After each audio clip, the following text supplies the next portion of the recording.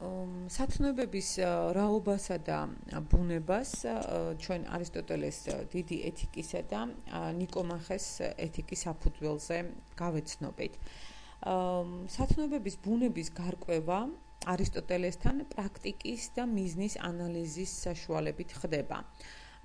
განსხვავებით მისი მასწავლებლისაგან, პლატონისაგან, არისტოტელესთან სათნოება და მისი დანიშნულება მხოლოდ პრაქტიკული საქმიანობის კონტექსტში ვლინდება. ანუ სათნოება თავის თავს ავლენს, თავის მიზანს აღწევს მხოლოდ მაშინ, როდესაც იგი განხორციელებული იქნება კონკრეტული ადამიანის მიერ ქმედებაში.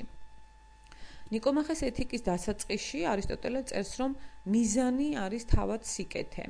უფრო მეტიც, იგი არის უმაღლესი სათნოება. სათნოება, როგორც ვთქვით, სათნოებების გამოვლენა და მათი ბუნების, მათი თვისებების გარკვევა შესაძლებელი არის მხოლოდ ქმედებაში. არსების მიხედვით არისტოტელესათვის არსებობს ერთი უმაღლესი სიქველე, რომელიც ყველა სათნოების დამბადებელი და მიზანი არის.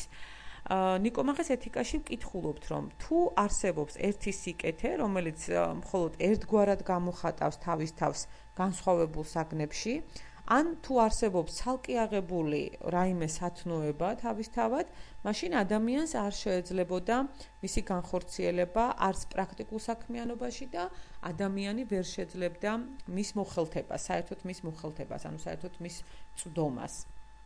ჩვენ კი სწორედ ასეთ სათნოებებს ვეძებთო. ანუ არისტოტელეს კვლევის მიზანი არის ისეთი სათნოებების რაობების გარკვევა, რომელიც ადამიანთა პრაქტიკულ საქმიანობაში ვლინდება, რომელსაც ადამიანი ჩვეულებრივ ყოფით ცხოვრებაში ახორციელებს. რამდენადაც სათნოებები ადამიანის სულის შრეების გამოხატულებაა, ამიტომ არსებობს მათი ორი სახე. ეს არის გონებრივი სათნოებები და ზნეობრივი სათნოებები. სიბრძნე, წარმოდგენა და განსჯა განეკუთვნება გონებრივ სათნოებებს, გულუხვობა და კეთილგონიერება კი ზნეობრივი სათნოებების რანგში გადის. ეს იმას არ ნიშნავს, რომ მოაზროვნე ადამიანისათვის კეთილგონიერების თვისების მიწერა არ ხდება, ანუ ის კეთილგონიერების სათნოებას არ ახორციელებს ცხოვრებაში და პირიქით, ვთქვათ, კეთილგონიერი ადამიანი ბრძენი არ არის, ბრძენის სათნოებას არ ახორციელებს. ბრძენიც იმსახურებს ხოლმე ქებას საკუთარი სულის გამო. არისტოტელესათვის სულის ის ნაწილები, რომლებიც ქებას იმსახურებენ, წარმოადგენენ სათნოებებს. ანუ სათნოებები პირველ რიგში ვლინდებიან როგორც სულის გამოხატულებები, რომლებიც სხვა ადამიანების მხრიდან ქებას იმსახურებენ. არსებობს არისტოტელეს მიხედვით სიკეთეთა სხვაგვარი დაყოფაც. პირველი ამ შემთხვევაში არის სიკეთეები, რომლებიც სულში არის და ასეთი არის თავად სათნოება. მეორე სიკეთეთა მწყვრივს წარმოადგენენ სათნოებები, რომლებიც სხეულში არის, ასეთი გახლავთ ჯანმრთელობა და მშვენიერება, ანუ სილამაზე. და მესამე გახლავთ სათნოებები, ანუ იგივე სიკეთეები, რომლებიც არის მათ შორის, ანუ პირველსა და მეორეს შორის. ასეთი გახლავთ სიმდიდრე, ძალაუფლება და პატივისცემა. უმაღლესი სიკეთე ისაა, რომელიც, რა თქმა უნდა, სულში არის. სათნოება, რომელიც არის სულში, არის სამგვარი. ეს არის გონიერება, თავად სათნოება და სიამოვნება. თავად სული კი, ანუ თავად ადამიანის სული კი შედგება სამი შრისაგან. პირველი ეს არის გრძნობების შრე, რომელშიც შედის სიხარული, რომელშიც შედის სიყვარული, რისხვა, შიში და მსგავსი გრძნობები. მეორე შრე სულისა გახლავთ შესაძლებლობათა შრე,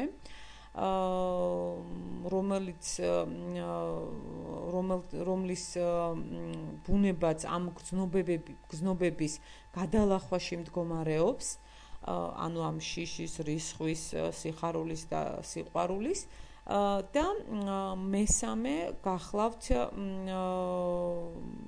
ზნეობრიობის შრე სულისა, რომლის ძალითაც ჩვენ ავად თუ კარგად ვართ სათნოებების მატარებელი ადამიანები. ანუ სწორედ სულის მესამე შრის მიხედვით, მესამე შრის საშუალებით ვართ ჩვენ ადამიანები, როგორც სათნოებების მატარებლები.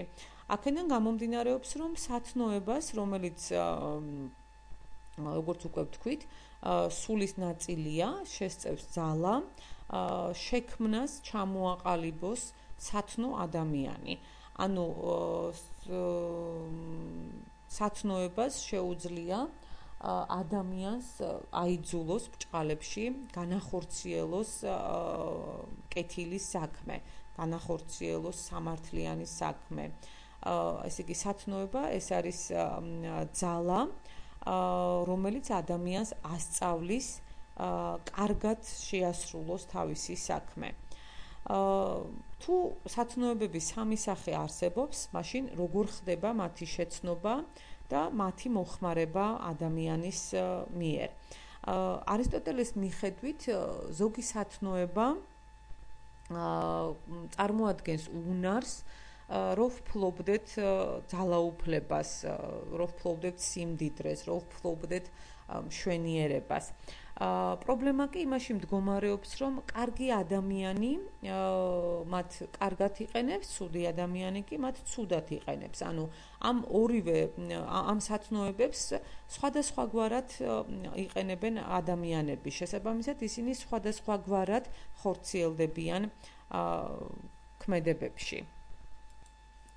არისტოტელე ნიკომახეს ეთიკაში გვთავაზობს სათნოებების სხვაგვარ დაყოფასაც. მის მიხედვით სათნოებების ნაწილი მოსწონს ყველას და ყოველთვის და არსებობს სათნოებების ნაწილი, რომელიც ადამიანებისათვის მოსაწონი არ არის. მაგალითად, სამართლიანობა, მშვენიერება, სილამაზე და მსგავსი სათნოებები არ მოსწონს ყველას და მით უმეტეს არ მოსწონს ყოველთვის. სათნოებათა ერთი ნაწილი არსებობს ადამიანის სულში, ეს არის გონიერება და სამართლიანობა, მეორე ნაწილი კი არსებობს ადამიანის სხეულში, ეს არის ჯანმრთელობა და სილამაზე. არსებობს ასევე გარეგანი სათნოებები არისტოტელეს მიხედვით, როგორიც არის სიმდიდრე, დიდება, ძალაუფლება და ასე შემდეგ. ეს არის ისეთი სათნოებები, რომლებიც ადამიანს საკუთარი არსებობისთვის სჭირდება, საკუთარი არსებობის განმტკიცებისთვის სჭირდება. მაგალითად, სამართლიანობისთვის ბევრი რამ არის საჭირო. ბევრი რამის ცოდნა არის საჭირო, სხვა სათნოებების წვდომა არის საჭირო. მაშინ როცა არისტოტელეს მიხედვით ბედნიერება არის ისეთი სათნოება, რომლისთვისაც სხვა გარე საშუალებები არაფერში არ გვჭირდება.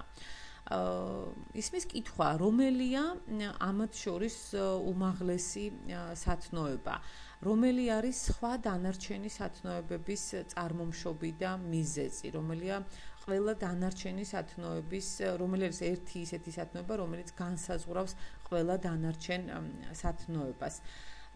უმაღლესი სიკეთე, როგორც საუკეთესო თავისი ბუნებით, არისტოტელეს მიხედვით არის საბოლოო მიზნის იგივეობრივი. საბოლოო მიზანი კი ადამიანისათვის სხვა არაფერია თუ არა ბედნიერება, ბედნიერების მიღწევა. და რადგან უმაღლესი სათნოება საუკეთესოს ბუნების არის, მაშინ იგი სულში არსებული სათნოებების ნაერთი ყოფილა. სულში არსებული სათნოებების ნარევი ყოფილა. ასეთი სათნოება არის რა თქმა უნდა სხეულებრივ სათნოებებზე უმაღლესი, სხეულებრივ სათნოებებზე უპირატესი და ამდენად გამოდის, რომ ბედნიერება არისტოტელესთან არის ის უმაღლესი სათნოება, რომელსაც ჩვენ ვეძიებთ და რომელიც თავის გამოხატულებას მხოლოდ ადამიანის პრაქტიკულ ცხოვრებაში ჰპოვებს. ანუ მხოლოდ ადამიანის მიერ ჩადენილ ქმედებაში ჰპოვებს. რადგანაც არისტოტელეს მიხედვით ბედნიერება იგივე არის, რაც კარგად მოქმედება და კარგად ცხოვრება. რაც შეეხება თავად ბედნიერებას, თავად ბედნიერების სათნოებას, როგორც საბოლოო მიზანს, არისტოტელეს მიხედვით იგი მარტივი არ არის. მას აქვს ორი მნიშვნელობა, ეს არის მოქმედება და გამოყენება. ანუ ბედნიერება უნდა განხორციელდეს მოქმედებით და უნდა განხორციელდეს გამოყენებით.